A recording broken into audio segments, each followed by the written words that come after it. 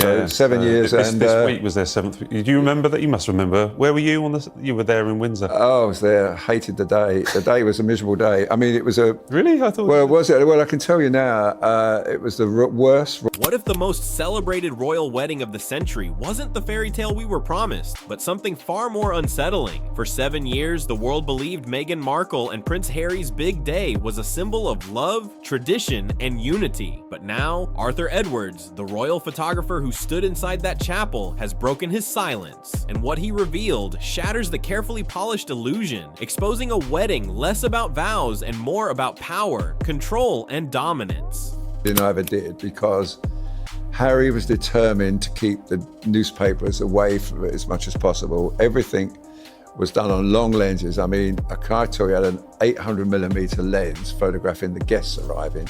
For years, Meghan and Harry's wedding was painted as the ultimate fairy tale, but behind the smiles and headlines, Arthur Edwards, the royal photographer who has documented 5 decades of history, says the reality was far darker. At 85, he no longer holds back. In his words, that day wasn't a celebration at all. It was a disaster, and the way he describes Meghan's behavior has left even longtime royal watchers stunned. But what Edwards revealed next made the story even more shocking. For me, it was a disaster. And well, was that deliberate? You were made to feel unwelcome I at the felt wedding? so. I felt it wasn't just me; it was the whole of the British press. You know, they were in many ways badly treated. I think it was Harry was angry with us, really, because some of the things that have been said about Meghan. Edwards described Meghan not as a glowing bride, but as a Hollywood director running a set. Every glance, every command, every tiny gesture came across as rehearsed. She adjusted staff movements, controlled Harry's steps, and orchestrated the timing of her own entrance. To him, it wasn't a royal wedding, it was a production. And the most startling detail? Edwards says Harry trailed behind her like a silent prop, obeying her cues without hesitation. But the humiliation didn't stop there.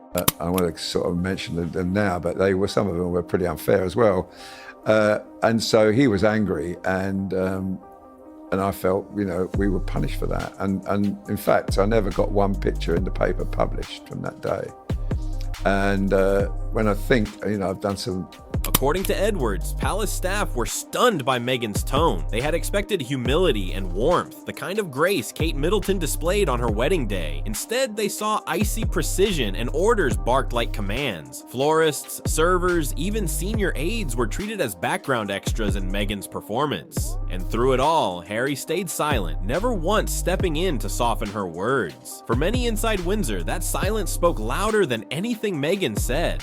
Prince Charles, King Charles's weddings. I did William's wedding. I did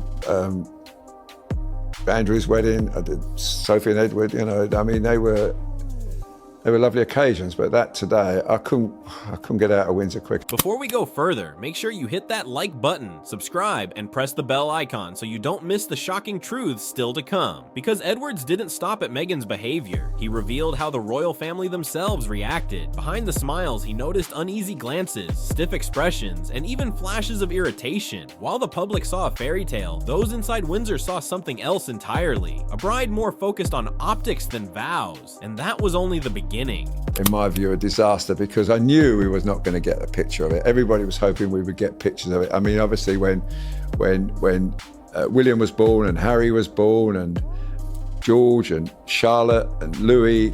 Arthur Edwards made it clear what unfolded inside St. George's Chapel was nothing like the royal weddings he had photographed before. He had covered Charles and Diana, William and Kate, and countless others, each filled with warmth, tradition, and a sense of unity. But Meghan's big day stood apart, and not in a good way. He recalled how every move she made felt rehearsed, every pause crafted for the cameras, every detail shaped to elevate her personal brand. This wasn't a bride blending into the royal family. This was a star seizing her stage.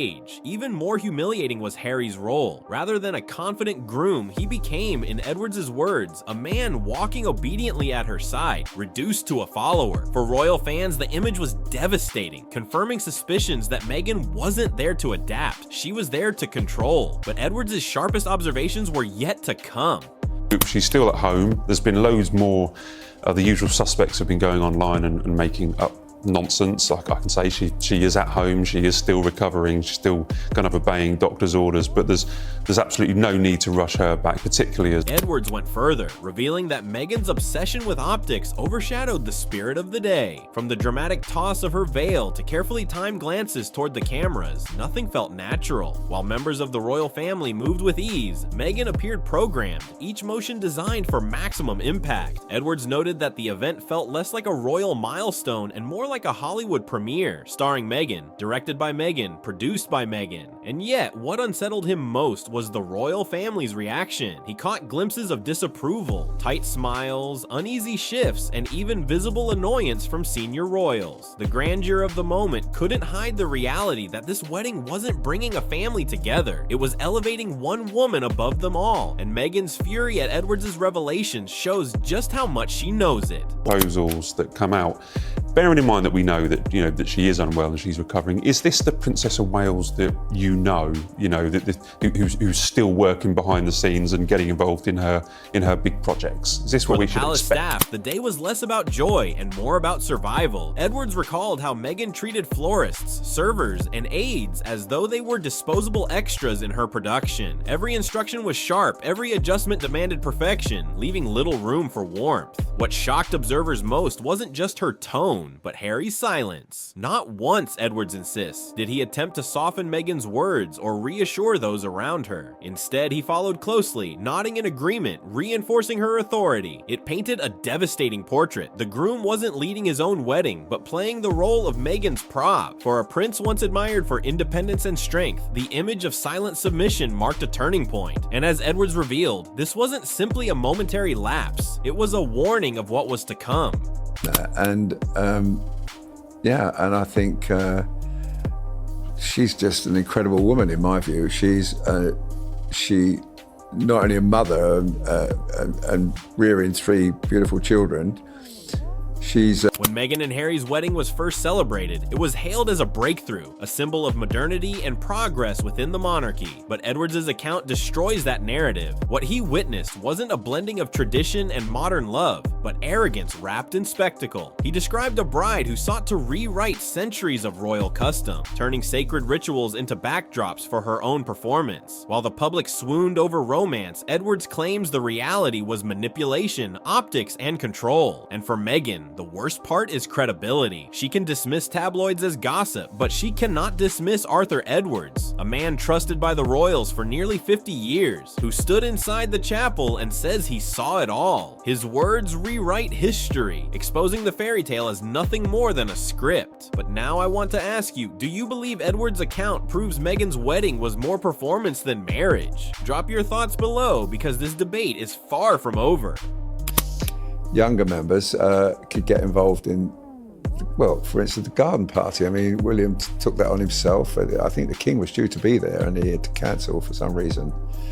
And their girls came along and For Meghan, Edwards' testimony isn't just uncomfortable, it's devastating. She built her entire brand on the image of that wedding day, selling it as the foundation of a modern fairy tale. Every documentary, every interview, every public appearance circled back to that moment in Windsor. It was supposed to be her crowning achievement, the day she proved she belonged in the royal spotlight. But Edwards' words have cracked that foundation wide open. At 85, with nothing left to prove, he isn't chasing headlines. He's simply telling the truth as he saw it, and that truth is brutal. Instead of a radiant bride joining a family, he saw a director staging her masterpiece. Instead of a prince stepping into married life with confidence, he saw a man reduced to a background role. To Edwards, the wedding wasn't about tradition or love. It was about dominance and control. And with his testimony, Meghan's carefully built illusion collapses, leaving her legacy exposed for what it truly was. have a role to fulfill, maybe not in the front line, maybe not, out there, but, supporting members of the royal family, like the garden parties, and there'll be an ascot. I'm sure they're sorting their dresses out for it at the very moment. Edwards compared Meghan's wedding to those he had covered in the past, and the contrast was striking. He spoke fondly of Charles and Diana, William and Kate, and even the quieter ceremonies of Edward and Sophie. Each had its own charm, but all carried the same spirit: family unity, warmth, and respect for tradition. Meghan's wedding, he said, felt entirely different. The atmosphere was tense, the mood orchestrated, the focus pulled entirely toward one person. Where other brides blended seamlessly into royal history, Meghan seemed determined to rewrite it for herself. Every angle of her veil, every pause at the altar, every glance toward the cameras looked calculated. To Edwards, this wasn't a bride entering the monarchy, it was an actress stepping into her biggest role yet. And while the world celebrated a modern milestone, inside Windsor, the royals were quietly unsettled. Their expressions told a different story, one of discomfort, irritation, and even disbelief at what they were witnessing. Sophie are really hardworking, but you know, They do some really good stuff with charities, Well, Eugene, oh, but they've they also do. got families and jobs. They've never actually taken up this kind What struck Edwards most wasn't just Meghan's dominance, but Harry's transformation. This was the same prince once admired for his independence, for his courage in the military, for his refusal to be overshadowed. Yet on his own wedding day, Edwards says Harry seemed diminished, following Meghan's lead without resistance. He trailed beside her like an accessory, nodding along, waiting for approval. For Edwards, it was painful to watch, because he had photographed Harry's entire life, from his childhood mischief to his proudest moments. Now, in the moment that should have defined his adulthood, Harry looked like a man stripped of his voice. The public may have cheered at the fairy tale, but Edwards insists that anyone looking closely would have seen the cracks forming. A groom silent, a bride commanding, and a family shifting uncomfortably in their seats. Those were the real images of that day, images the world was never supposed to see. it was great seeing them in that compound. I know it was pouring with rain, but when I saw those pictures, I thought, well done, you know, good on you, William, because there's all your cousins there. And I see them at Sandringham at Christmas time when the whole family meet together.